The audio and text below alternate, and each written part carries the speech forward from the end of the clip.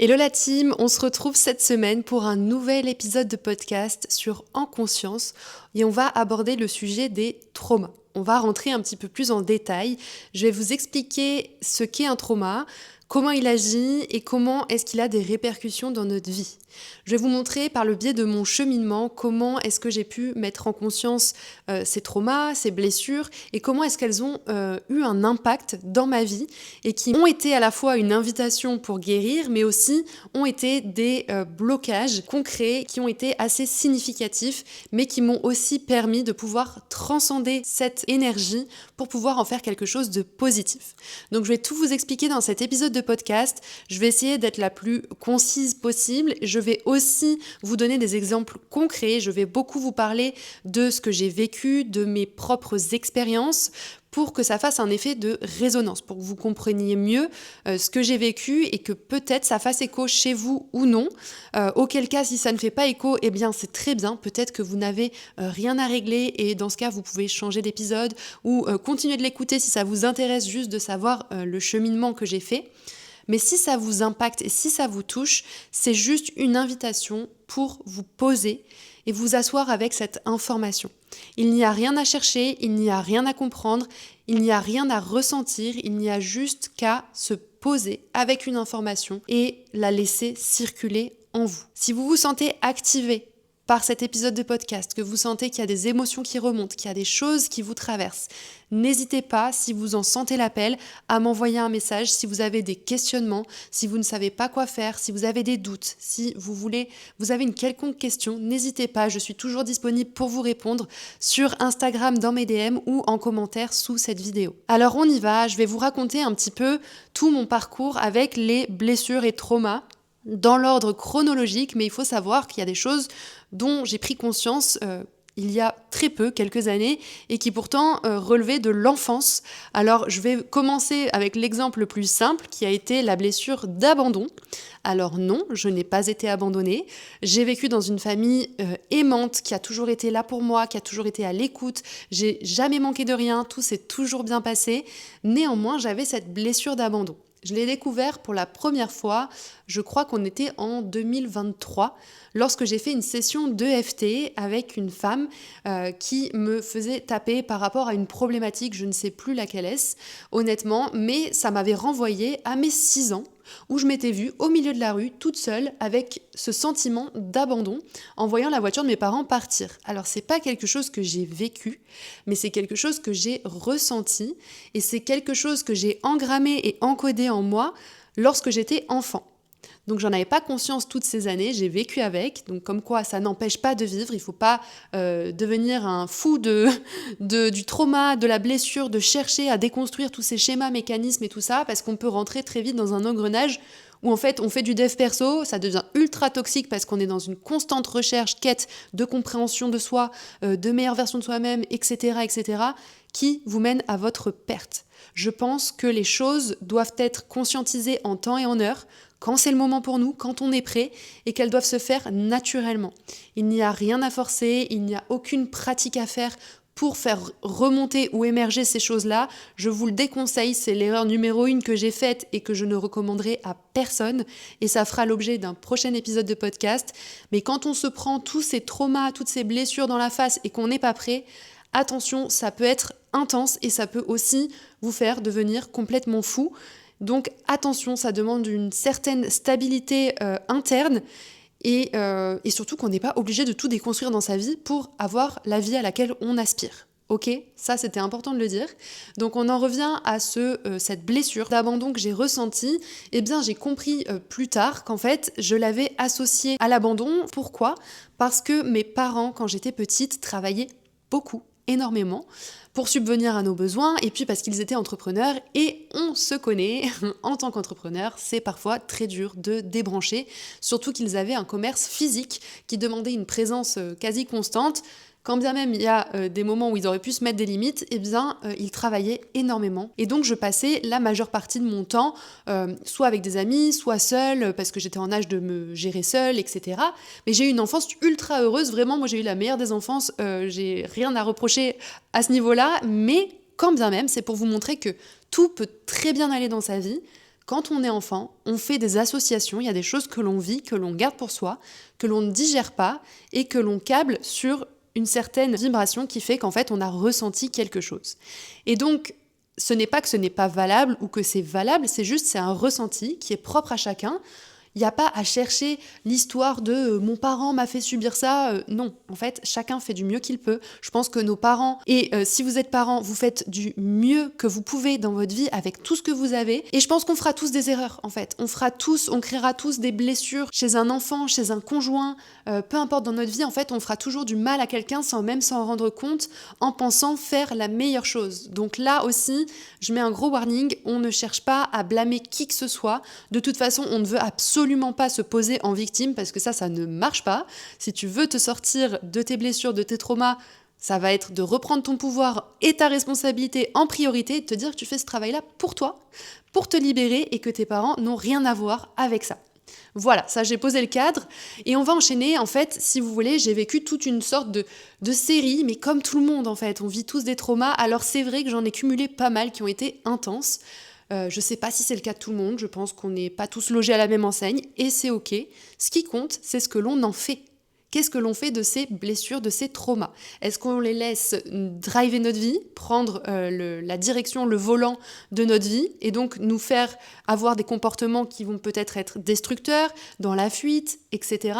Ou est-ce qu'à l'inverse, on choisit de les voir en face, de les régler pour pouvoir s'en libérer, s'en détacher et pouvoir avancer comme on le veut vraiment ?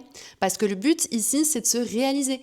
Plus tu vas te détacher de ces blessures émotionnelles, de ces traumas, au plus tu vas pouvoir te libérer et surtout te réaliser. Parce que tu vas pouvoir enfin te libérer de tes chaînes, lâcher tes boulets, les laisser derrière toi et te dire « Ok, maintenant je suis une nouvelle version, tout ça, ça ne me définit plus, ce n'est plus mon identité. Je choisis de construire une vie qui me correspond vraiment parce qu'aujourd'hui j'ai la conscience, je suis adulte, je ne suis plus une enfant ou un enfant brimé, blessé, délaissé. Je suis une adulte qui a le pouvoir de créer sa vie à partir de qui elle est et qui elle choisit d'être et d'incarner maintenant. » Donc ça, c'est vraiment la leçon à retenir.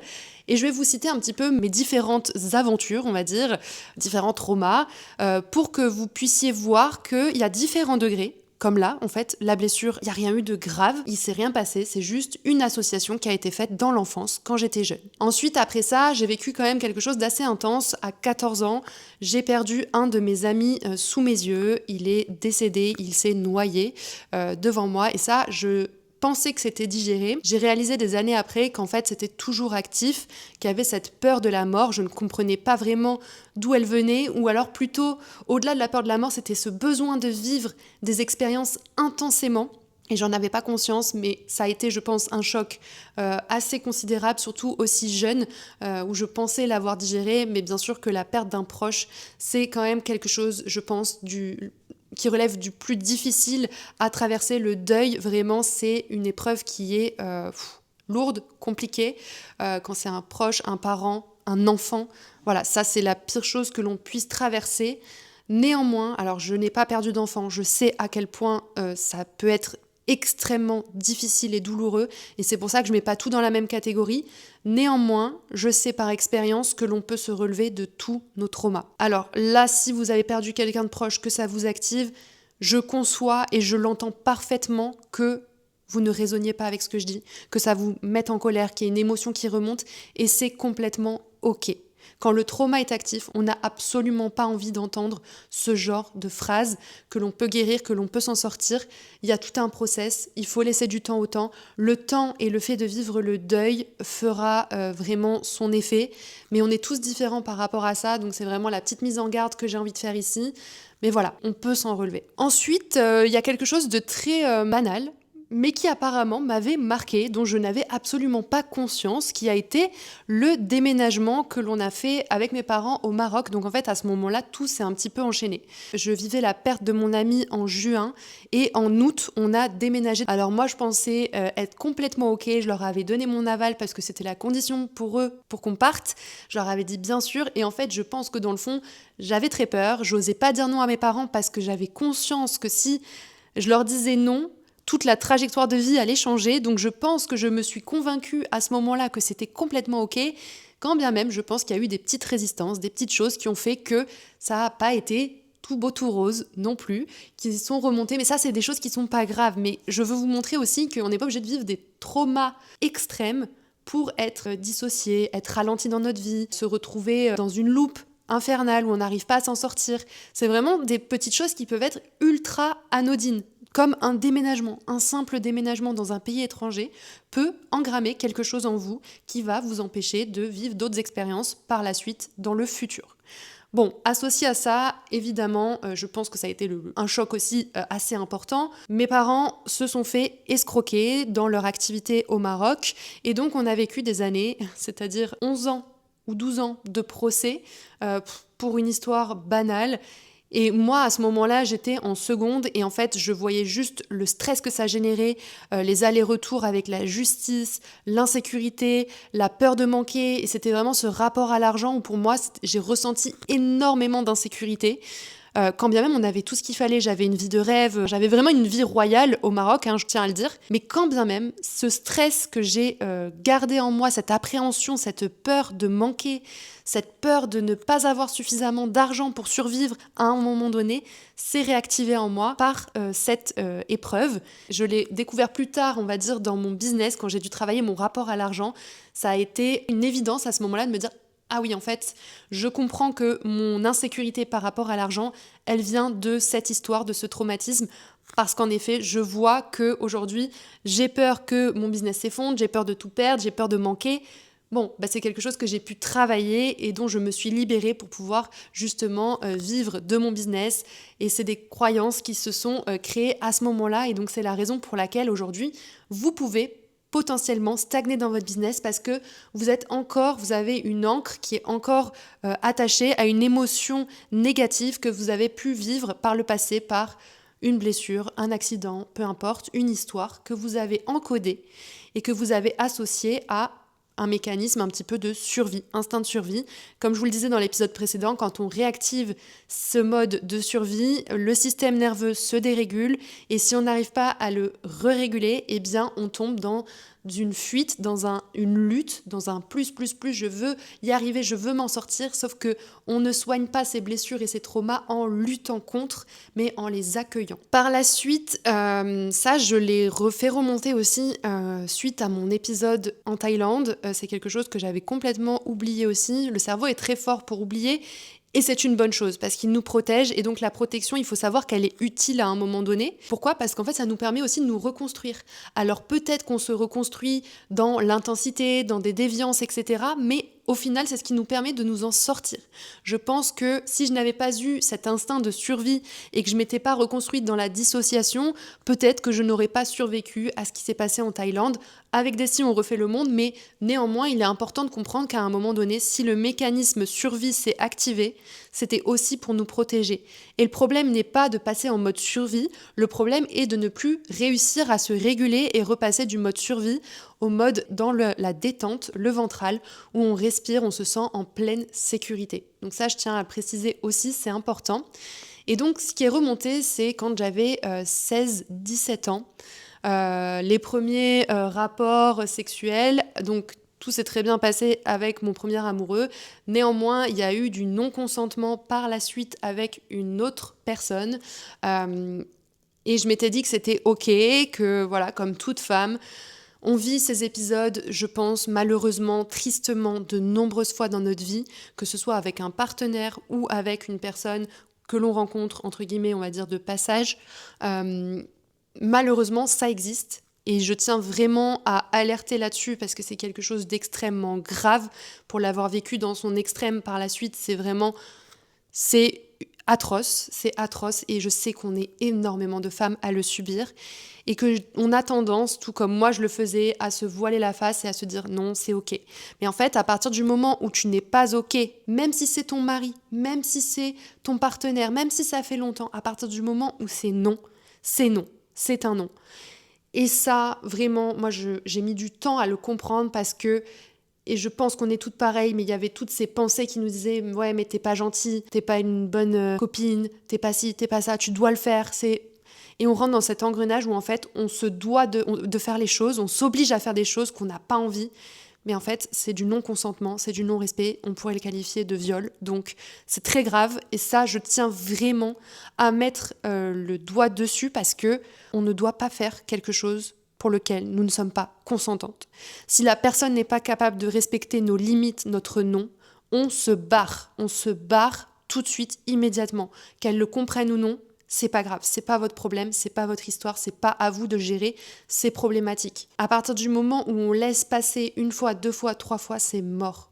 Donc, dès la première fois, je sais que c'est dur, je sais que ça demande du courage, je sais que ça demande de s'affirmer, de vraiment poser ses limites et que ça nous fait peur parce qu'on ne sait pas ce qui va se passer derrière, comment, dans quelle situation on va se retrouver.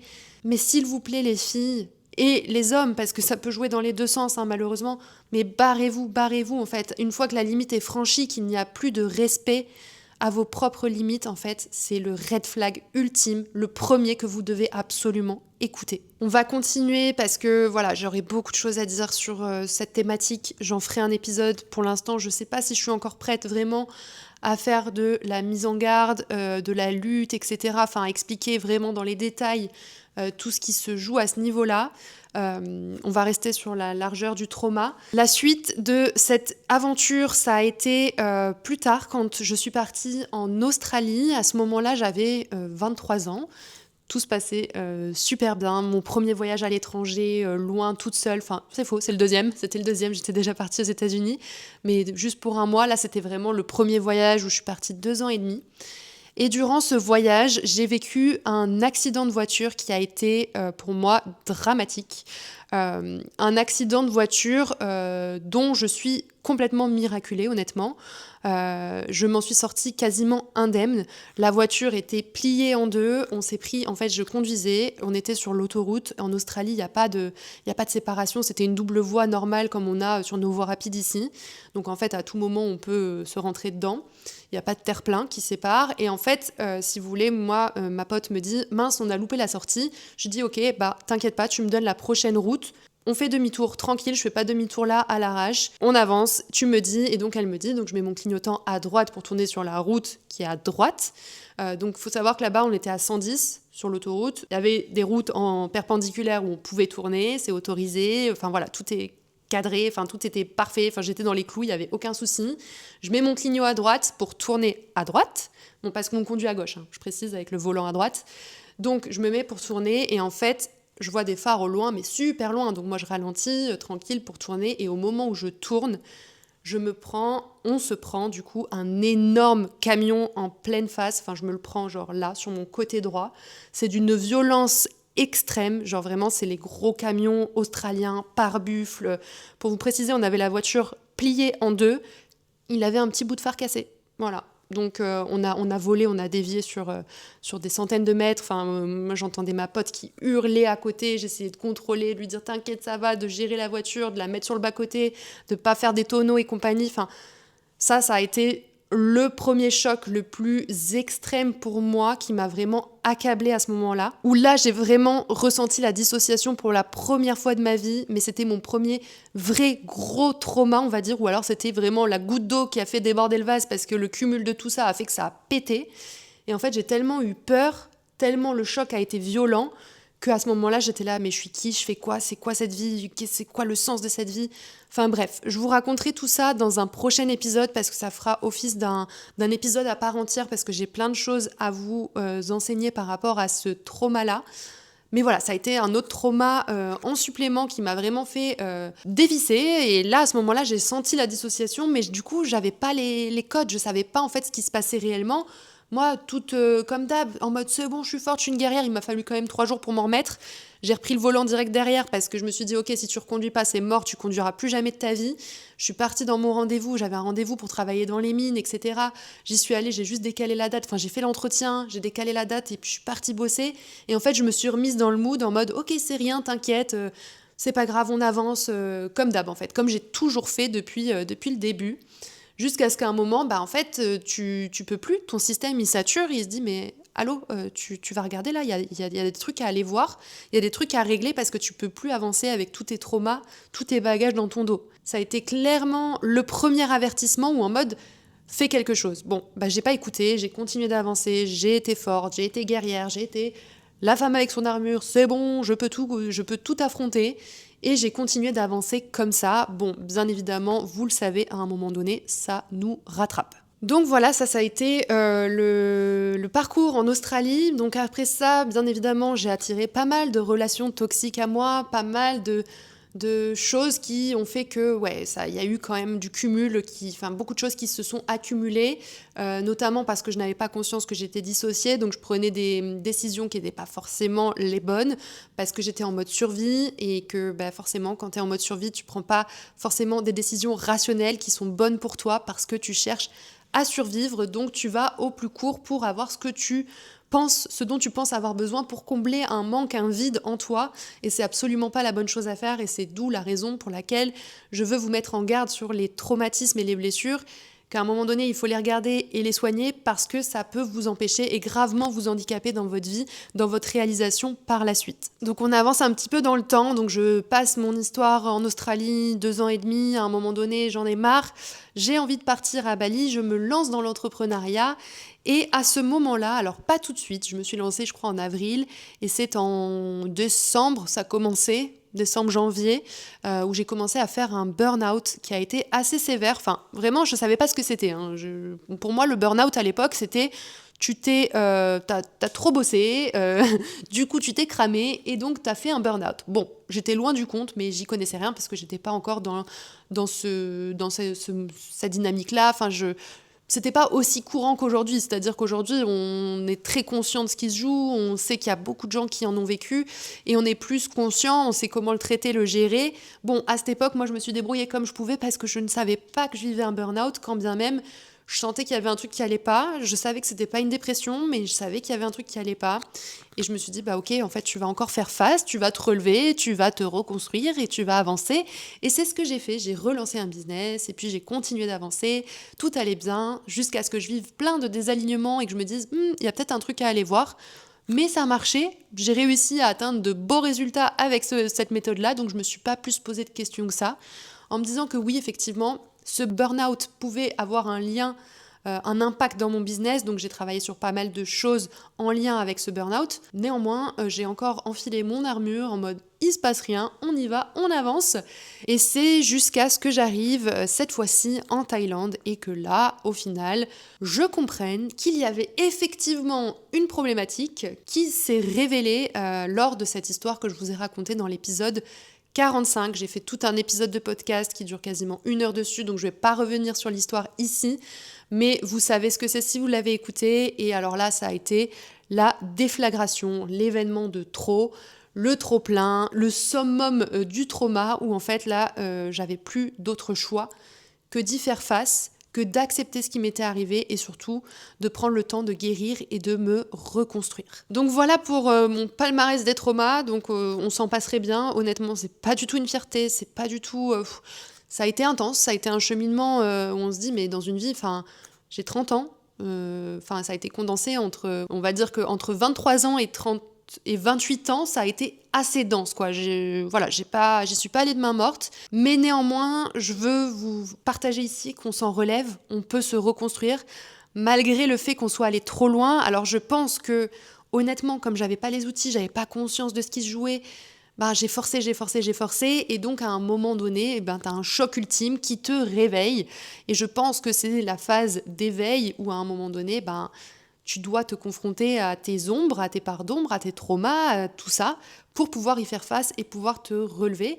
Après, j'aurais très bien pu continuer en mode armure, guerrière, je vois rien, je continue, je me reconstruis, etc. Mais en fait, ce n'est pas vivable. Je pense que vous le voyez. Alors ça, j'en suis pas sûre, mais on le voit qu'un trauma en enchaînait un autre. Et en fait, je suppose aujourd'hui que de ne pas avoir résolu certaines choses en amont n'a fait qu'intensifier les choses et n'a fait que se répercuter peut-être dans des choix, des décisions. Après, je crois pertinemment que certaines épreuves sont aussi préécrites, prédestinées pour te faire évoluer dans ton chemin d'éveil, ton chemin de conscience. Donc, je ne peux pas, en avoir la certitude à 100%. C'est peut-être une histoire que je me raconte, qui me convient très bien. Écoutez, moi, j'en suis là où je me dis, je m'en suis sortie, il m'a fallu mettre du sens, j'ai mis ce sens-là, c'est très bien, peut-être que c'est pas le bon sens, c'est pas grave. Néanmoins, ce qui importe, c'est d'avoir fait le choix de décider de s'en relever et surtout d'affronter ces pires pardons, ces pires blessures, ces pires traumas, d'y faire face et de vraiment chercher à s'en sortir parce que ça ne se fait pas tout seul, parce qu'on a beau mettre notre armure, être forte, être guerrière, tout porter sur nos épaules, à un moment donné, on reste des êtres humains. Et on a besoin de soutien, on a besoin d'évacuer, on ne peut pas porter le poids du monde sur nos épaules non plus. Donc oui, à un moment donné, je pense qu'il est essentiel, surtout dans une phase d'éveil, de juste ouvrir le champ et de se dire ok, je vais quand même regarder ce qu'il y a parce que là il y a quand même beaucoup de choses, c'est quand même intense, c'est pas agréable à vivre, ça me dévie de ma trajectoire, j'arrive plus à avancer, il y a des choses qui sont bloquées dans ma vie.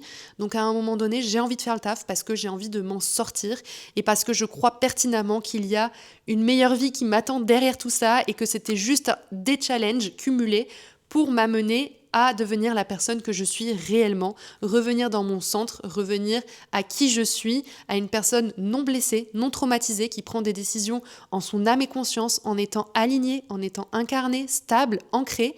Et ça change absolument tout. C'est la raison pour laquelle je vous fais tous ces épisodes de podcast aujourd'hui. C'est parce que j'ai eu le recul nécessaire, l'expérience et parce que je m'en suis sortie que je me permets de vous diffuser, transmettre tout ça aujourd'hui. Et encore une fois, ça ne reste que mon chemin, mon cheminement. Je pense qu'on peut tous mettre un sens différent à ce que l'on vit. Néanmoins, je pense que des chemins de guérison, alors il y en a autant que de personnes, mais il y a aussi des grandes clés qui nous aident aussi à transcender ces blessures pour pouvoir se réaliser. Sinon, je ne vous ferai pas d'épisode, ça n'aurait aucun sens, juste pour vous partager. Les gars, j'ai vécu ça, j'ai compris ça, mais par contre, c'est que pour moi. Vous trouvez vos clés, débrouillez-vous. Non, ça n'aurait aucun sens. Donc, c'est vraiment ce que j'ai à cœur ici, tout au long de cette série, tous ces épisodes de podcast, c'est de vous transmettre à travers mon histoire un maximum de clés pour vous amener à plus de conscience, à conscientiser des choses, à comprendre des mécanismes, peut-être à regarder les choses en face, à mettre le doigt sur des expériences, à peut-être vous faire accompagner, peut-être aller voir un thérapeute, peut-être vous faire coacher, peu importe, c'est vraiment l'objectif ici. Vous avez toutes les clés en vous, sachez qu'il y a des solutions, qu'on peut s'en sortir, j'en suis la preuve vivante. Donc aujourd'hui, c'est vraiment ce message-là que je veux vous faire passer, c'est que vous avez toutes les cartes et les clés entre vos mains pour pouvoir vous en sortir. Je ne dis pas que ce sera facile, je ne dis pas que ce sera rapide, néanmoins, vous pouvez vous en sortir et vous avez toutes les clés en vous. C'est ce qui est primordial et important de comprendre, c'est que si vous vous faites accompagner par un coach, un thérapeute, si c'est quelqu'un qui pense avoir la solution pour vous, fuyez. Red flag. Les solutions sont en vous. Vous avez seulement besoin de quelqu'un qui va vous aider à spotter vos angles morts, à mettre le doigt sur des corrélations, des liens, pour que vous puissiez vous-même faire le travail. Personne ne pourra faire le travail à votre place. Donc il y a une notion de responsabilité, de se responsabiliser, de prendre les choses en main, sa guérison en main et de se donner corps et âme dans ce cheminement pour pouvoir réellement s'en sortir et guérir.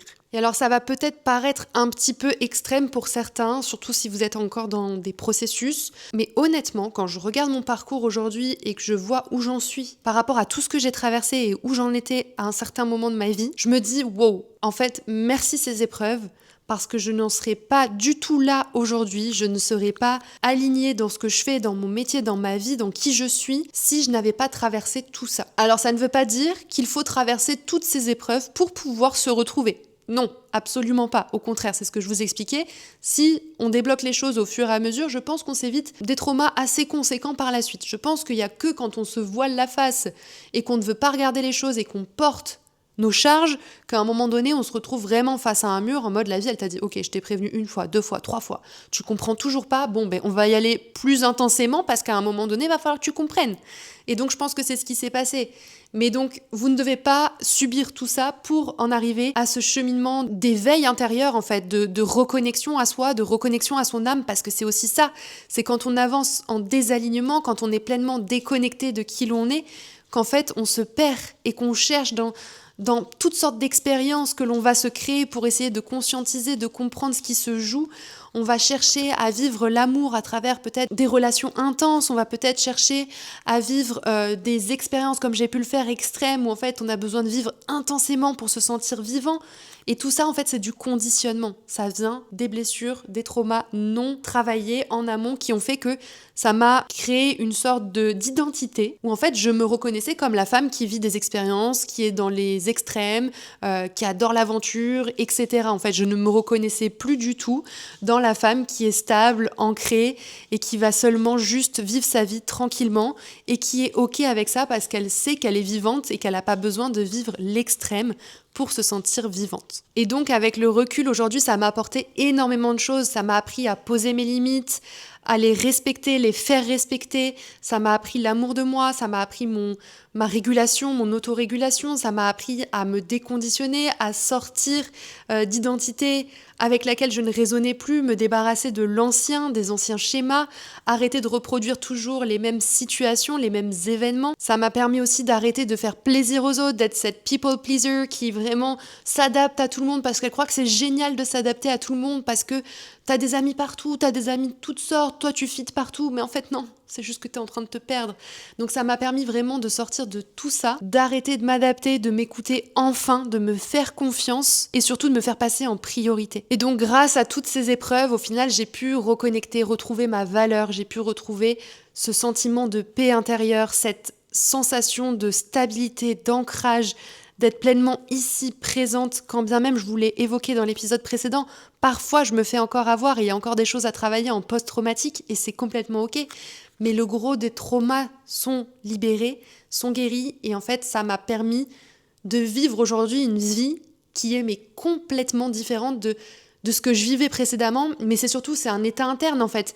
Bien sûr que ma réalité extérieure reflète cet état d'être, mais c'est surtout ce sentiment de plénitude en fait, d'être pleinement présente dans mon corps et de me ressentir, de savoir qui je suis, où je vais, ce que je fais, pourquoi je suis faite, cette mission, cette reliance au grand tout a changé. Ça a été un parcours d'éveil mais monstrueux, colossal, mais en même temps je vais vous l'expliquer parce que il y a tellement de choses, de dynamiques qui se sont jouées au niveau spirituel, les prises de conscience, ma manière de voir le monde, ma reconnexion au grand tout, à Dieu, à l'univers, à la source, comme vous voulez l'appeler, peu importe.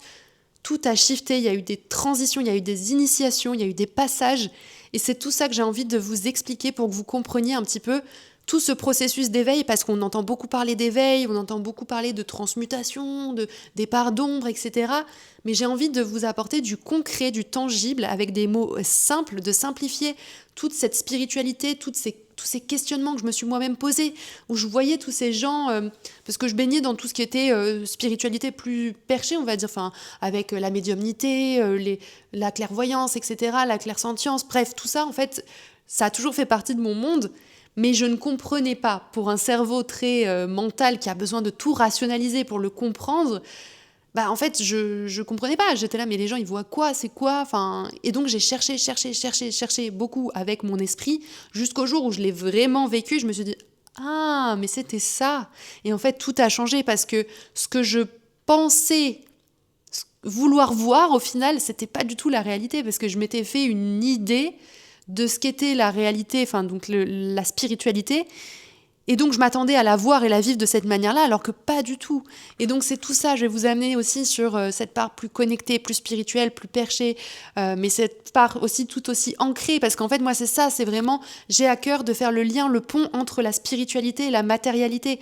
On a besoin de l'un et de l'autre pour se sentir pleinement vivant, ancré, et se réaliser dans cette vie, en fait. C'est vraiment cette énergie qui descend du ciel et cette énergie de la terre qui vient et qui se retrouve au centre, dans notre cœur, qui fait qu'en fait, on s'ouvre au champ des possibles et c'est là où on peut pleinement se réaliser. Et j'ai à cœur de vous transmettre tout ça, c'est ce que je fais dans mes accompagnements, c'est exactement sur cette voie-là que je guide mes coachés, que je les accompagne à se réaliser dans leur succès, dans leurs ambitions, dans tout ce qu'elles veulent réaliser dans leur vie de plus fou, de plus grand, mais ça passe avant toute chose par un travail de déconditionnement, de déconstruction, de dépouillement, pour pouvoir ensuite pleinement se réaliser en fonction de la personne que l'on est réellement, en étant pleinement reconnecté à son âme, à quelque chose de plus grand que nous et sortir de cette construction de l'ego, de cette définition de je suis spirituel, je suis entrepreneur, non, juste je suis. On est tous des êtres humains, même des êtres spirituels incarnés dans la matière, venus vivre une expérience matérielle. Mais voilà, je ne vais pas vous perdre avec tout ça. Je dévie un petit peu de ma trajectoire, mais c'est vrai que ça me chatouille de vous parler de tous ces apprentissages au niveau de l'énergétique et de la spiritualité. Mais c'est le cheminement, je pense que j'en ai assez dit ici pour cette partie-là. Néanmoins, ce qu'il est important d'expliquer ici pour que vous preniez conscience, c'est que oui, toutes ces ancres en fait, toutes ces attaches que l'on a. Vous savez, même moi quand je vous parle, des fois je vous dis ouais, j'ai l'impression qu'il y a un élastique qui me tient en arrière. J'ai des boulets, je me sens lourde, je me sens fatiguée. Vous savez, quand la vie vous avancez, vous êtes là en mode lutte, c'est lourd, c'est long. Vous comprenez pas, alors qu'intérieurement vous vous dites mais waouh, mais attends, là j'ai tout ce qu'il faut pour réussir. Et pourtant, ça bloque encore, je comprends pas, je me sens limitée, alors que pourtant j'ai fait du dev perso, j'ai travaillé sur moi, je me suis remise en question, j'ai changé plein de choses, et pour autant, je suis toujours bloquée dans ma réalité à vivre continuellement la même vie, à perpétuer les mêmes schémas. Eh bien, c'est justement ce que fait le trauma et ce que font les blessures quand elles ne sont pas libérées. Elles s'impriment dans le corps et en fait, ça crée des tensions et vous pouvez le ressentir et c'est généralement, on le voit, parfois on a des petits blocages, des petites choses qui se passent dans notre corps jusqu'à arriver parfois à la maladie. Et moi, je sais que étant petite, j'avais beaucoup de problèmes au niveau ORL, à me faire enlever les amygdales et tout ça. En fait, je pense que effectivement, il y avait des non-dits, il y avait des choses que je devais processer, mais c'est conscientiser qu'en fait, la maladie, c'est le mal à dit. Et il y a un signal, il y a un symbole, il y a quelque chose à aller voir, à écouter, à conscientiser, parce que ce qui nous arrive en termes de maladie n'est pas dû au hasard. En fait, il y a des choses qu'on a imprimées qui ne se sont pas libérées et qui font qu'aujourd'hui, on se retrouve avec des mots, MAUX, que l'on n'arrive pas forcément à traiter. Et je sais de quoi je parle, j'ai longtemps eu des problèmes, des troubles digestifs, je n'arrivais pas à m'en sortir. J'ai dépensé des milliers d'euros pour essayer de me soigner, des milliers d'examens pour essayer de comprendre ce qui m'arrivait. Et on me disait toujours, madame, il n'y a rien, arrêtez de stresser. J'étais là, ouais, ça m'en fait une belle. En attendant, je suis toujours avec mes douleurs et mes souffrances. Et personne ne sait rien. Et en fait, c'est en faisant ce travail de libération, de guérison, que mes mots sont partis, se sont libérés, parce que j'ai libéré ce qu'il y avait à libérer. Je n'ai plus ces emprises, ces attaches. Et ça m'a alors donné un nouveau souffle pour pouvoir vivre ma vie vraiment d'une manière beaucoup plus alignée, beaucoup plus légère surtout. Et aujourd'hui, honnêtement, alors je touche du bois, mais je suis que très rarement malade en fait. J'ai plus du tout de maladie, de gastro, de tout ça. Même tout ça, ça ne passe pas. J'ai pas de fièvre, j'ai pas de grippe, ça ne passe pas par moi, je n'ai rien. Pourquoi ? Parce que je prends soin de mon intérieur qui booste mon système immunitaire, qui me maintient dans un bon état pour éviter de faire pénétrer les virus, ou du moins j'ai une bonne barrière immunitaire qui les empêche de pénétrer et de s'activer en moi. Mais bref, je ne suis pas médecin, je ne vais pas vous faire un topo là-dessus, mais c'est tout ce que j'ai pu expérimenter aussi. Donc le trauma ne sert pas que uniquement à se réaliser, mais il sert aussi à se soigner réellement. Donc c'est pour ça que je vous parle à la fois de thérapie, de guérison, parce que c'est au-delà de la psyché, du mental, c'est aussi se guérir sur le plan physique, se guérir émotionnellement, enfin mentalement dans la psyché, émotionnellement, mais aussi physiquement. Donc oui, c'est, je pense, la meilleure chose que l'on puisse faire que de travailler sur ces blessures, sur ces traumas, sur la libération de tous ces poids qui nous portent au quotidien, parce qu'ils vont vous permettre de vivre une vie qui est complètement différente de celle que vous avez pu vivre aujourd'hui et qui va vous permettre de vous réaliser pleinement et de vous réaligner surtout. Je vous le disais précédemment, mais je pense que vous l'aurez compris, mais j'ai des exemples à l'appel à vous donner en quoi en fait un trauma ou une blessure m'a empêché de vivre les expériences que je voulais réellement vivre. Ou par exemple, pourquoi est-ce que par exemple je suis tombée dans des relations toxiques à un moment donné ? Parce que cette blessure de l'abandon qui n'était pas guérie, dont je n'avais pas conscience, elle était encore active et elle me faisait faire des choix qui n'étaient pas forcément les bons parce que je ne me sentais pas aimée. Mais pourquoi ? Parce que je ne m'aimais pas moi-même en fait.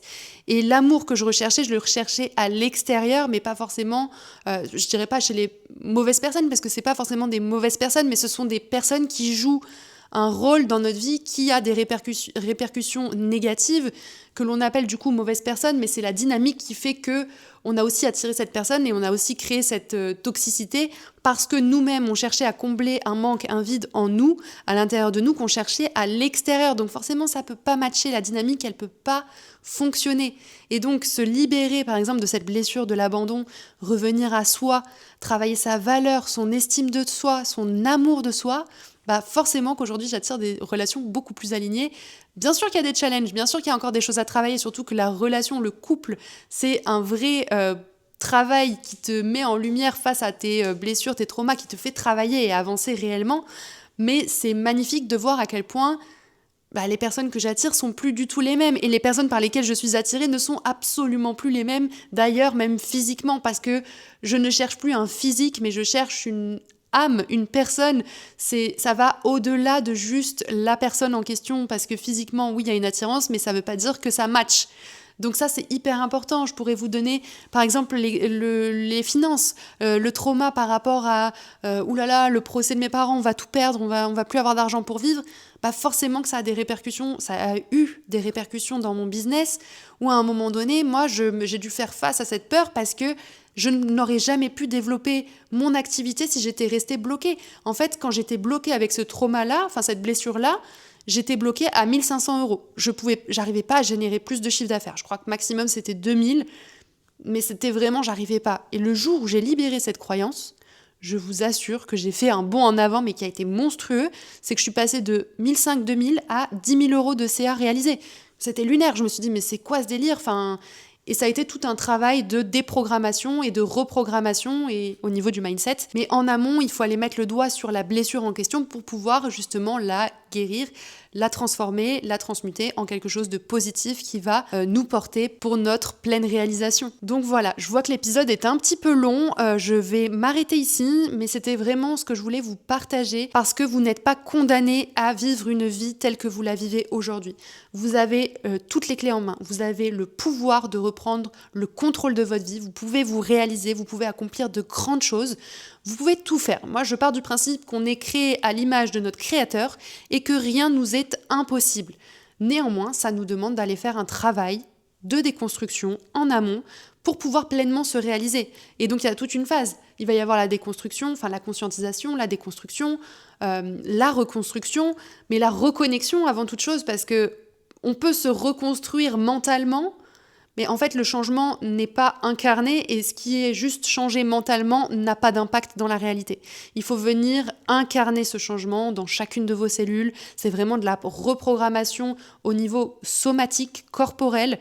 On ne vient pas juste débloquer le trauma psychologiquement parce qu'on le voit. Il y a des gens qui vont de thérapeute en thérapeute qui ne s'en sortent pas et qui comprennent pas pourquoi. Oui, parce qu'en fait, vous travaillez mentalement à déprogrammer le trauma, mais déprogrammer le trauma ne veut pas dire avoir vraiment déconstruit le schéma à l'intérieur et qui fait que vous pouvez changer vraiment de réalité, de vision, de manière d'agir, de penser qui va avoir un impact cette fois-ci dans votre réalité. Donc je vous parlerai de tout ça, c'est la suite pour les prochains épisodes, je vais pas m'emballer, j'ai beaucoup de choses à dire, donc je me centre, je me calme.